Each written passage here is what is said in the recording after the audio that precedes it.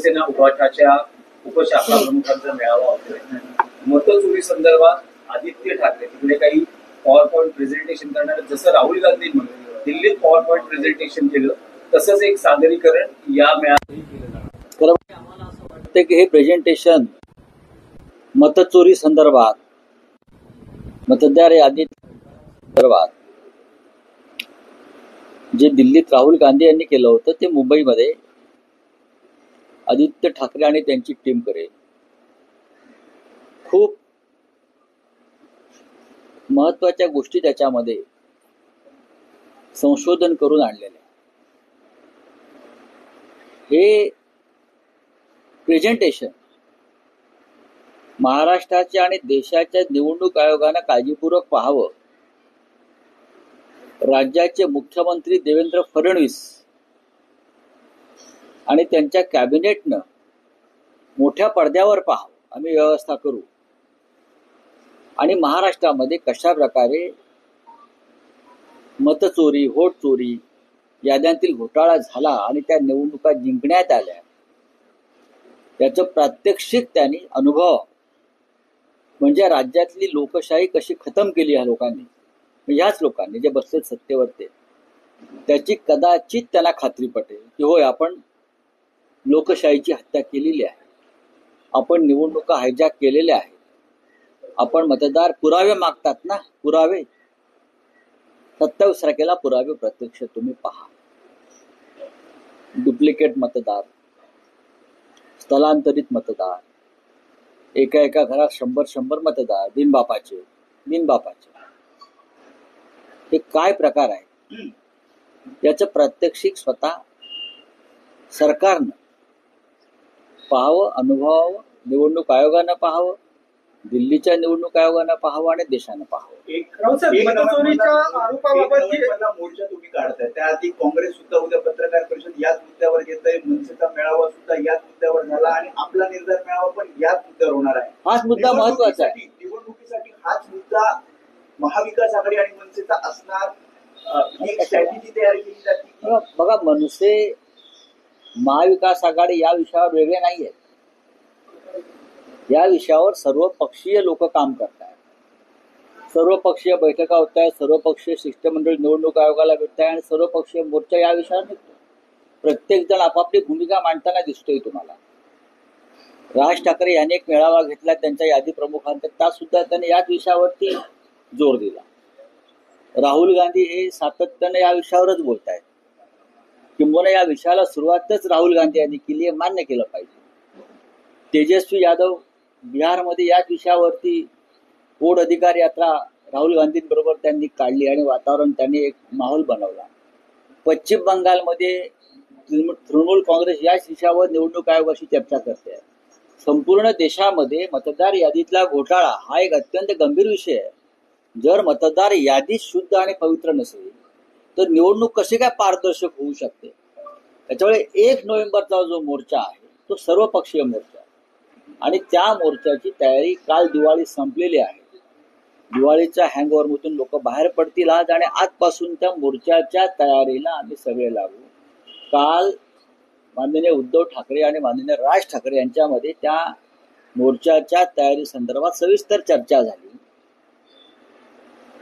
पुढल्या काही दिवसामध्ये एकत्र येऊन ते चर्चा करतील मीडियाशी, कार्यकर्त्यांशी आणि हा एक मोर्चा जो आहे हा एक विराट मोर्चा निघेल.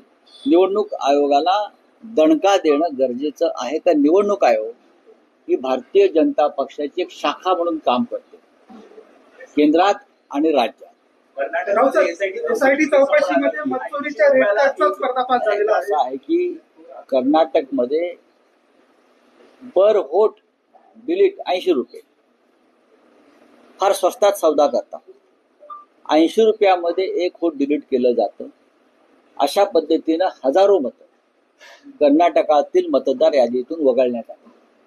महाराष्ट्रामध्ये सुद्धा हाच फॉर्म्युला लावला जातोय, कारण तीच एजन्सी जी कर्नाटकात काम करत होती या सगळ्या घोटाळ्यावर, तीच एजन्सी भारतीय जनता पक्ष आणि मिंदेच्या लोकांनी अशा एकूण 6 एजन्सी त्यांनी लावलेल्या.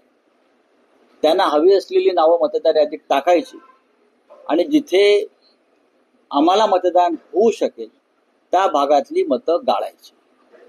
अशासाठी शिंदे, मिंधे आणि फडणवीस म्हणजे भाजपा यांनी 6 ते 7 एजन्सीज कोट्यावधी रुपये देऊन मुंबई महाराष्ट्रात लावलेल्या आहेत.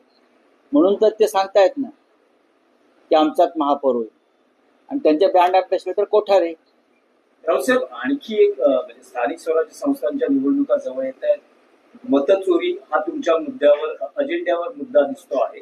आणखी एक खळबळजनक गौप्यस्फोट भाजपचे माजी प्रदेशाध्यक्ष आणि विद्यमान मंत्री बावनकुळेंनी आपल्या भाषणात केला आहे. त्यांचं असं म्हणतंय की आपल्या पक्षाचा पण लागला असताना एका जरी कार्यकर्त्यानं बेईमानी केली तर याद राखा सगळ्यांचे फोन सर्व्हेलन्सला टाकलेले आहे. व्हॉट्सअप ग्रुपवर तुम्ही कोणाशी काय बोलता, तुम्ही कोणाशी काय संवाद साधता हे सगळं आम्हाला कळतं आहे. तुमचे व्हॉट्सअप सर्व्हेलन्सवर नाहीयेत असं तुम्हाला वाटतंय का, असं बावनकुळे म्हणतात. म्हणजे सगळ्या पदाधिकारी कार्यकर्त्यांचे फोन हे सर्व्हेलन्सवर आहेत, फोन टॅपिंग होते. बावनकुळे यांच्यावर गुन्हा दाखल करून इंडियन टेलिग्राफ ऍक्ट नुसार त्यांच्यावर गुन्हा दाखल करून त्यांना तात्काळ अटक करून चौकशी केली पाहिजे. बावनकुळे यांनी कोणत्या प्रकारचं पेगॅससचं मशीन इथे आणलेलं आहे स्वतः, किंवा भाजपा कार्यालयामध्ये लावलंय का, काही खासगी लोक लावले आहेत का, हा विषय फक्त भारतीय जनता पक्षाच्या कार्यकर्त्यांसंदर्भात नसून महाराष्ट्रातल्या सर्व प्रमुख विरोधी पक्षाच्या नेत्यांचेही फोन अशा प्रकारे ऐकले जात आहेत, त्यांचे व्हॉट्सअप पाहिले जात आहेत, हे आता बावनकुळे यांनी सांगितलेलं आहे. बावनकुळे आणि त्यांची टीम भाजपची, रवींद्र चव्हाण, मुंबईतले काही बिल्डर्स, भाजप बरोबर असलेले, नागपुरातल्या काही यंत्रणा, या एकत्र येऊन त्याने एक वॉर रूम उघडलेलं त्यांचं खाजगी. आणि त्या माध्यमातून भारतीय जनता पक्षाचे शिंदे मिंदे गटाचे सुद्धा लोक त्याच्या सर्व्हेलन्स खाली आहेत.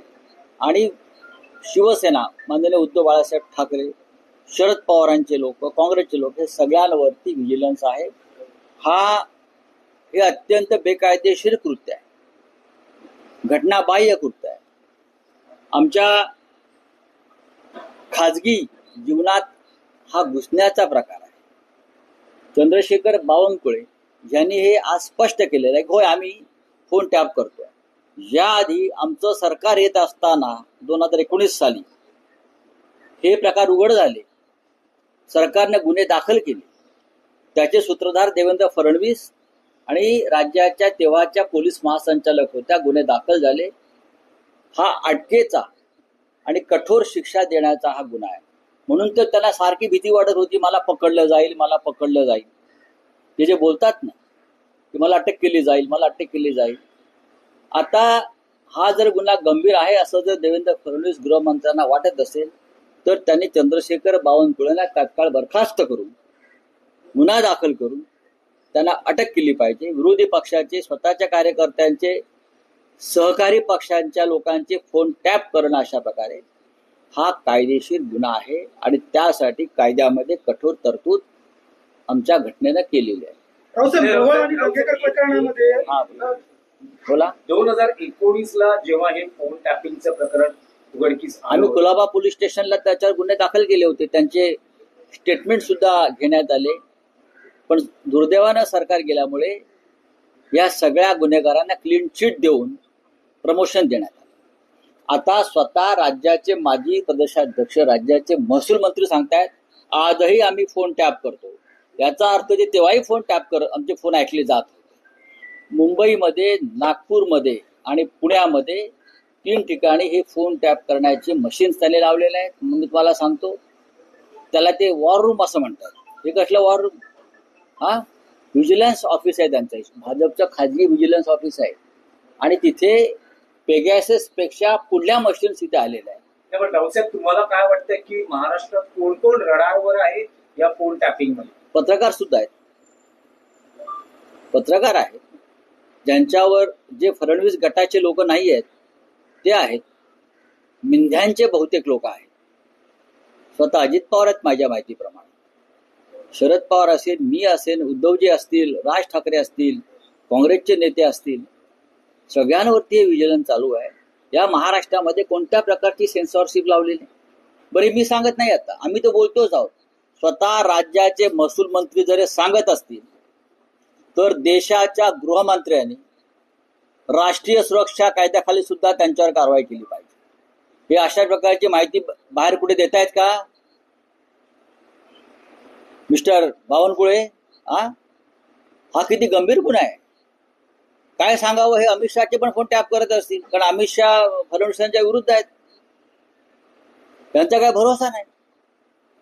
कोणासाठी चाललंय हे? कुठून आली यंत्रणा ही? या यंत्रणा यांच्याकडे आल्या कुठून?